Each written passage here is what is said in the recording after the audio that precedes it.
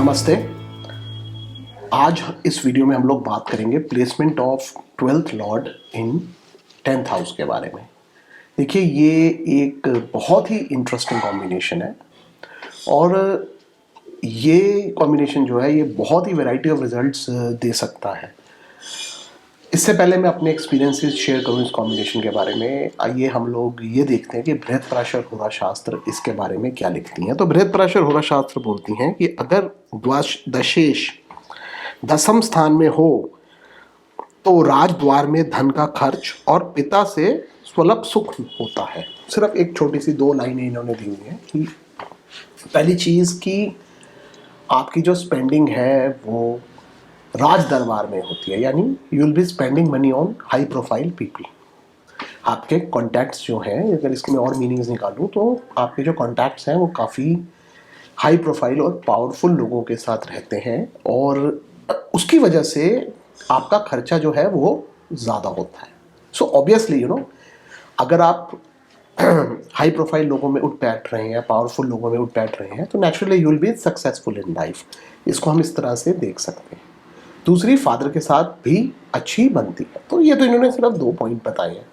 आइए इसको हम थोड़ा सा डिटेल में समझने की कोशिश करते हैं। तो देखिए, यहाँ पे हमारे को ये बात देखनी है कि जो 12th लॉर्ड है वो अपने से 11वें स्थान में चला गया, यानी अपने से उपचय स्थान में चला गया। तो 12th हाउस की जो भी इंडिकेशंस हैं, जो भी चीज़ें 12th हाउस कुंडली में प्रॉमिस करता है, उनकी ग्रोथ होगी। पहली चीज़ आपको ये समझनी है।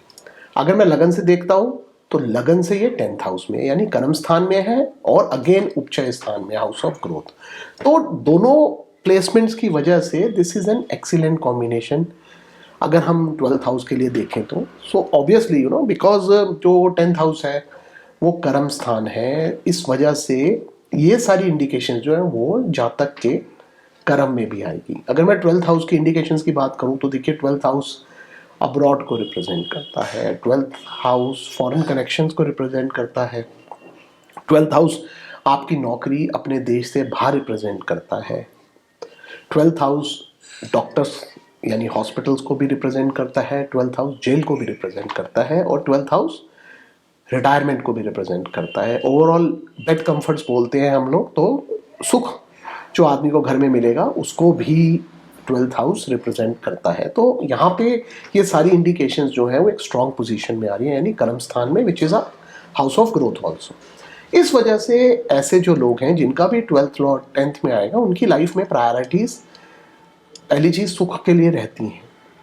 वो अपनी लाइफ जो है उसको प्लान करके चलना पसंद करते हैं, because they want to retire in life well in time और सारी सुख सुविधाओं के साथ रिटायर होना पसंद करते हैं। इस वजह से ऐसे जो लोग हैं वो लाइफ में एफर्ट जो है वो काफ़ी अच्छा करते हैं। बिकॉज अगर आप देखेंगे तो जो 10th हाउस है उससे 3rd हाउस यानी 10th हाउस का जो पुरुषार्थ है वो 12th हाउस है, और यहाँ पे आपका जो पुरुषार्थ है उसका जो लॉर्ड है वो आपके घर में आ रहा है। तो इस वजह से ऐसे लोग जो हैं इनकी विल पावर स्ट्रांग होती है when it comes to Karma.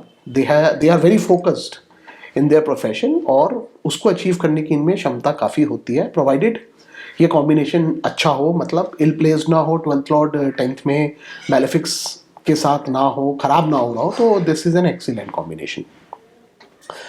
अब यही कॉम्बिनेशन अगर 12th लॉर्ड यहाँ पे एफ्लिक्ट हो जाए तो ऐसे चार्ट्स भी आपको मिलेंगे जहाँ पे लोगों ने कभी कोई काम ही नहीं किया। They are fine, I mean सुख के मामले में अच्छा है, उनके पास पैसे हैं because of father and all, और लेकिन वो काम नहीं कर पाते लाइफ में। यही कॉम्बिनेशन जो है ये आपको एयर होस्टेसेस के चार्ट में भी मिल जाएगा। This is a research which was done by my ज्योतिष गुरु केन राव।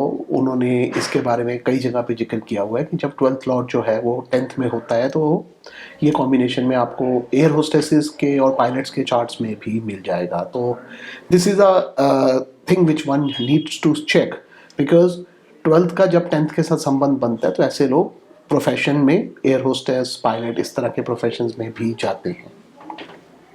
अब जब 12th लॉर्ड 10th में प्लेस्ड है तो कोई भी प्लैनेट हो वो अपने से 7वें स्थान को देखेगा, यानी 12th लॉर्ड 10th में बैठ के 4th हाउस को देखेगा ही देखेगा। 4th हाउस जो है वो आपका घर है और 12वें का संबंध यहाँ पे चतुर्थ के साथ बनने की वजह से ये कॉम्बिनेशन जो है ये फॉरेन सेटलमेंट का कॉम्बिनेशन भी बन जाता है, यहाँ अपनी बर्थ प्लेस से दूर सेटल होने का कॉम्बिनेशन भी ये बनता है, provided there are other combinations also, वो आपको देखना पड़ेगा, but this is one of the very strong combination, specially अगर ये 12th लॉर्ड 10th में बैठा हो, 10th मूवेबल साइन हो, तो ऐसे लोग जो हैं वो अपनी बर्थ प्लेस से दूर अब्रॉड या काफ़ी दूर बर्थ प्लेस से अपना घर बनाते हैं और वहाँ पे सुख के साथ रहते हैं। तो overall if you talk about profession, it is a good combination. Doctors के चार्ट में भी आपको मिल जाएगा, प्रोवाइडेड एजुकेशन जो है वो मेडिकल रिलेटेड हो, या 10th हाउस में आपको एरीज साइन मिल जाए, अश्विनी नक्षत्र में 10th हाउस मिल जाए, तो ऐसे केसेस में आपको डॉक्टर्स के चार्ट में भी ये कॉम्बिनेशन दिखेगा जो वर्क कर रहा है। So overall it is a very good combination when it comes to profession. मैंने इसमें प्रॉब्लम कहीं देखी नहीं है, but profession is generally different, क्योंकि फॉरेन कनेक्शन बहुत स्ट्रॉन्ग निकल के आता है इस तरह के चार्ट में, या जो लोग हॉस्पिटल्स में काम करते हैं, जेलों में काम करते हैं, वहाँ पे भी आपको ये वाला कॉम्बिनेशन मिल जाएगा।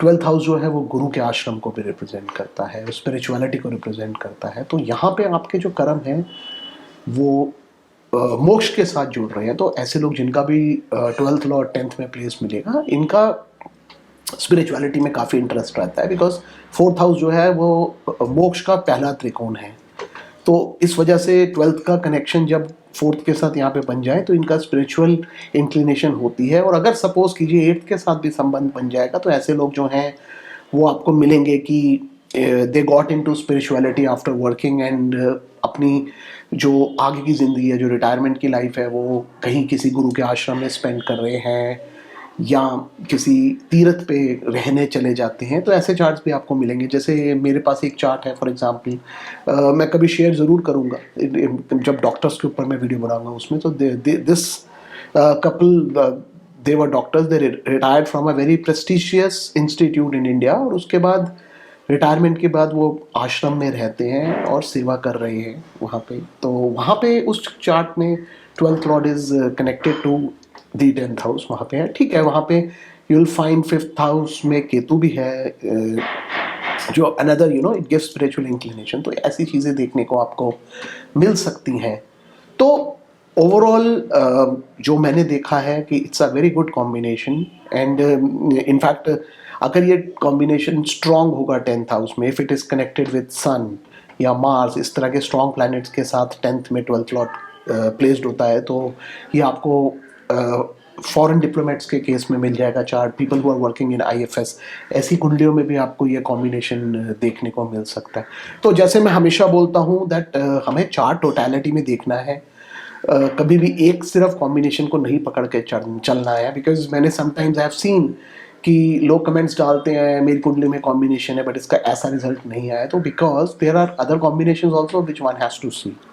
तो जब भी आप कोई कॉम्बिनेशन देख रहे हैं, you have to create the story, पूरी की पूरी स्टोरी आपको देखनी पड़ेगी कि एजुकेशन का टाइम कैसा रहा, दशा उस समय कैसी रही, और उसकी वजह से उनको हाई पोजीशन मिल रही है कि नहीं मिल रही है। सो पूरा आपको देखना पड़ेगा, then only you can come to a conclusion.